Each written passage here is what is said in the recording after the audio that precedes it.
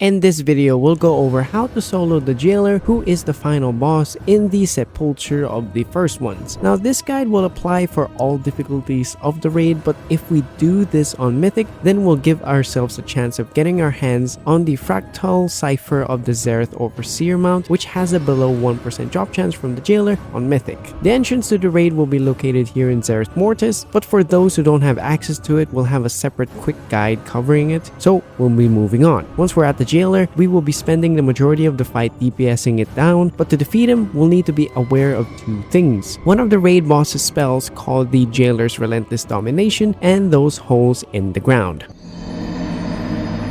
So what we'll want to do is focus on killing the boss as fast as possible while being mindful of not falling inside the holes, but we'll want to be vigilant whenever the jailer casts the Rune of Damnation, which is a debuff that explodes after 5 seconds. And what we'll want to do with this is when there's about a second left on that debuff, we'll want to jump into any of the holes in the ground. Once a debuff explodes, we'll be launched back up into safety and a giant pillar will spawn, and we'll want to use this pillar to break line of sight from the jailer when he starts casting the Relentless Domination, which is what I mentioned earlier. If not done successfully, he'll take control of our character, and if we're doing this solo, it'll reset the whole fight and we'll have to repeat the process all over again. But if we do this correctly, then we'll be able to continue on with the fight. Now keep in mind that on his second and third cast of the Rune of Damnation, he'll chain them together back to back, but there are times when he'll instead cast Relentless right after, so we'll just have to stay vigilant. So the jailer will do this cycle about 6 times,